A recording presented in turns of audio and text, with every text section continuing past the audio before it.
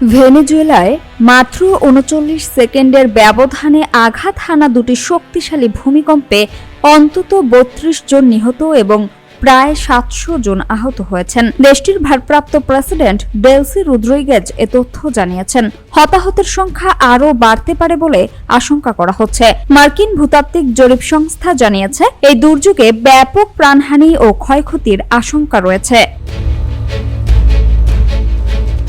রাজধানী কারাকাস সহ বিভিন্ন এলাকায় ভূমিকম্পের তীব্রতা ছিল ভয়াবহ।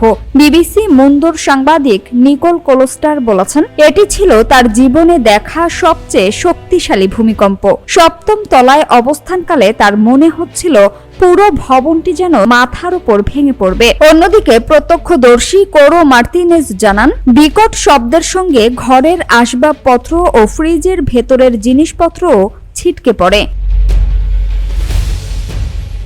ইউএসজিএস এর তথ্য অনুযায়ী স্থানীয় সময় সন্ধ্যা ৬টা ৪ মিনিটে সান ফিলিপের কাছে প্রথমে ৭.২ মাত্রার ভূমিকম্প আঘাত হানে। এরপর মাত্র ৩৯ সেকেন্ডের পর ইউমারের কাছে ৭.৫ মাত্রার আরেকটি শক্তিশালী ভূমিকম্প অনুভূত হয়। জোড়া ভূমিকম্পের পর সাময়িকভাবে সুনামি সতর্কতা জারি করা হলেও পরে তা প্রত্যাহার করা হয়। সামাজিক যোগাযোগ মাধ্যমে ছড়িয়ে পড়া ছবি ও ভিডিওতে রাজধানীর কারাকাসে ব্যাপক ধ্বংসযজ্ঞের চিত্র দেখা গেছে। বহু ভবন ধসে পড়েছে, হাসপাতালগুলো আহত ব্যক্তিতে পরিপূর্ণ হয়ে উঠেছে।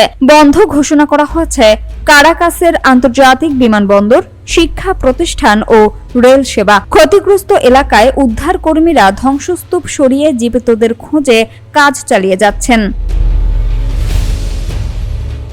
পরিস্থিতি মোকাবেলায় দেশ জুড়ে জরুরি অবস্থা ঘোষণা করেছে সরকার। স্বরাষ্ট্রমন্ত্রী দিওসদাদো কাবেল্লো বলেন, বহু ভবন ও বাড়িঘর ক্ষতিগ্রস্ত হয়েছে এবং দমকল, পুলিশ ও নিরাপত্তা বাহিনী সর্বোচ্চ সক্ষমতা নিয়ে উদ্ধার ও ত্রাণ কার্যক্রম পরিচালনা করছে।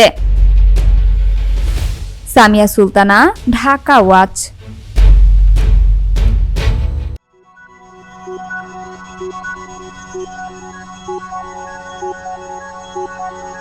Thank you.